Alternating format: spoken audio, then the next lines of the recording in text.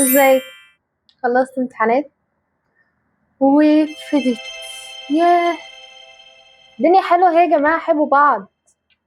هاتوا حاجة ويلا نفضفض سوا.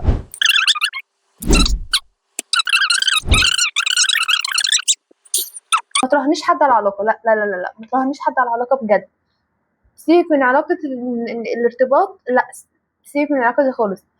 لا أهل ولا صحاب ولا شريك حياة، ما تراهنيش ولا أهل. فخلينا متفقين، لو انت دخلتي في علاقة ما تراهنيش حد عليها.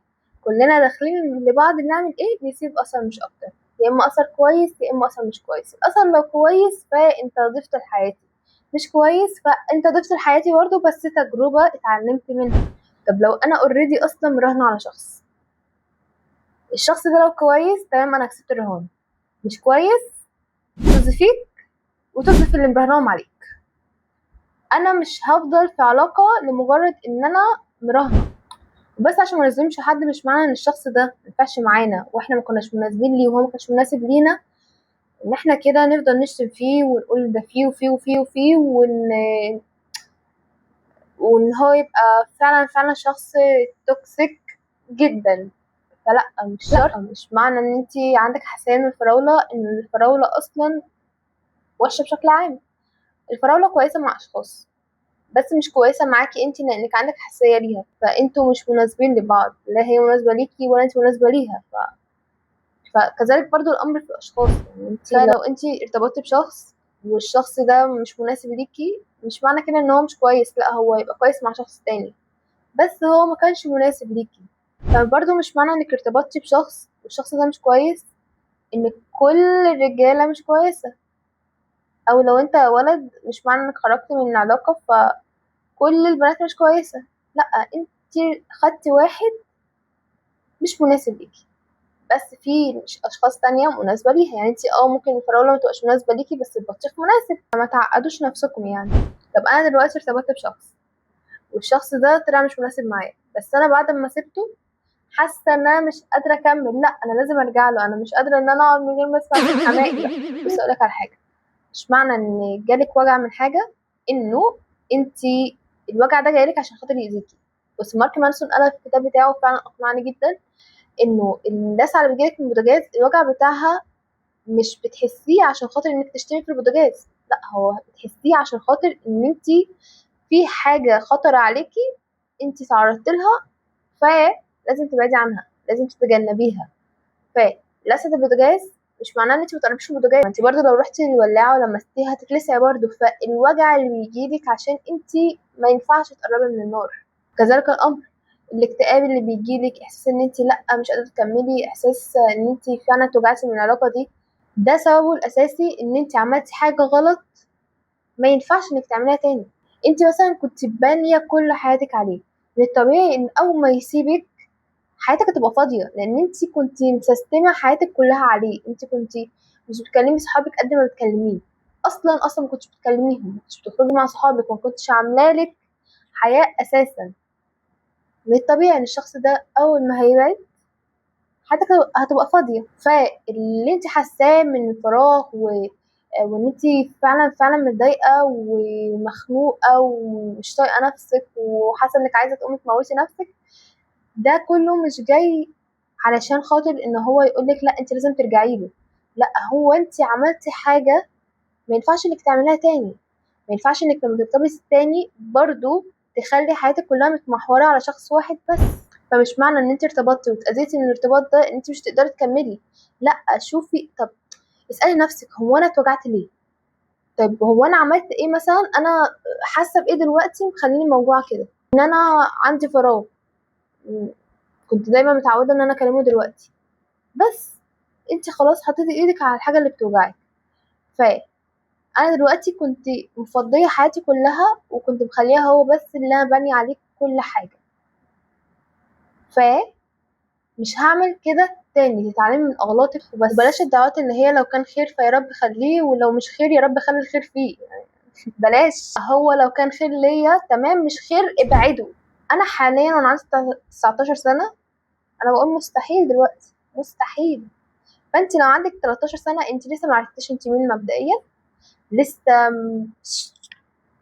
لسه اصلا مش عارفه اجيبها لك ازاي، بس انا بحاول ان انا اكلم نفسي وانا صغيره، لان في كلام كتير قوي كان بيتقال من النوعيه دي وانا صغيره، بس انا ما كنتش مقتنعه بيه.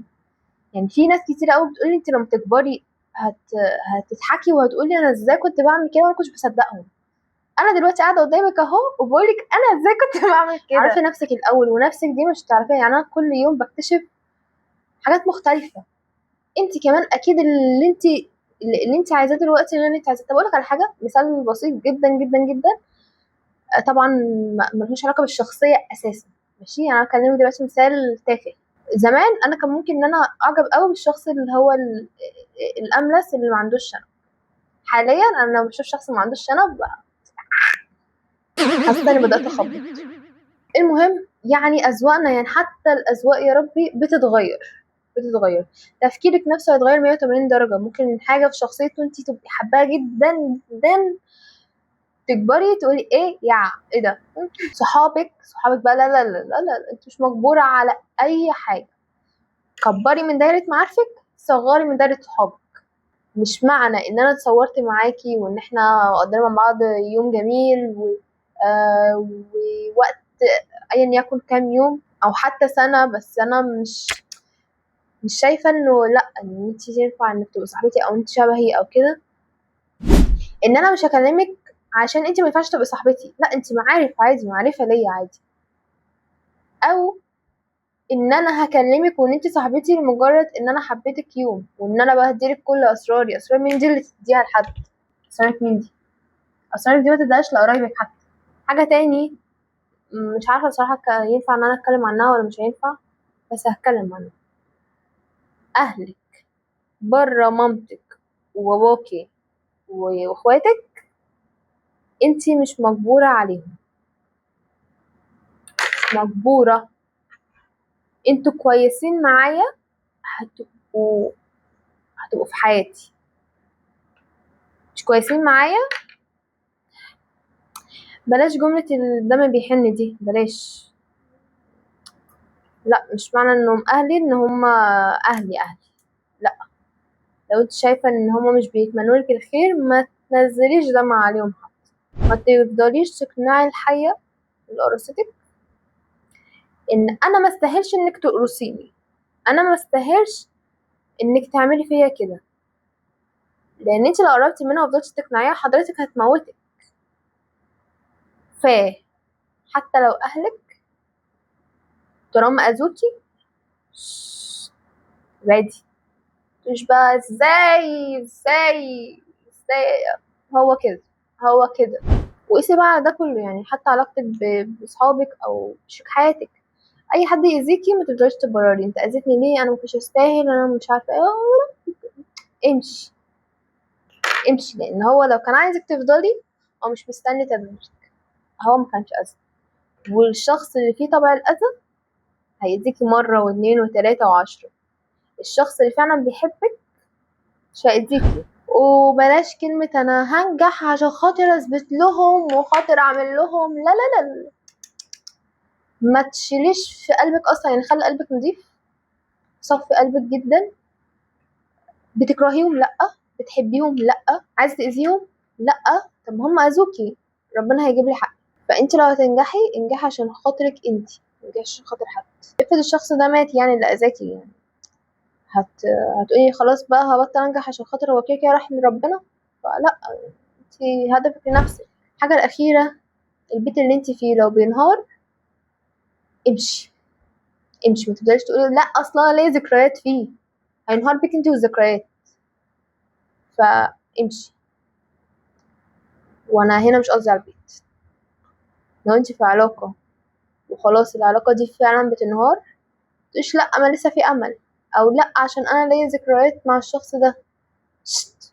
شت. امشي. بس دي كانت التجارب بتاعتي، اتعلمت ايه منها. زي ما انا بشارككم انتوا كمان شاركوني في الكومنتس، قولولي ايه هي الحاجات اللي اتعلمتوا منها، وايه الحاجة اللي لو رجع بكم الزمن هتعملوها، والحاجات اللي مش هتعملوها لو رجع بكم الزمن، عشان نستفاد من بعض. واشوفكم على خير.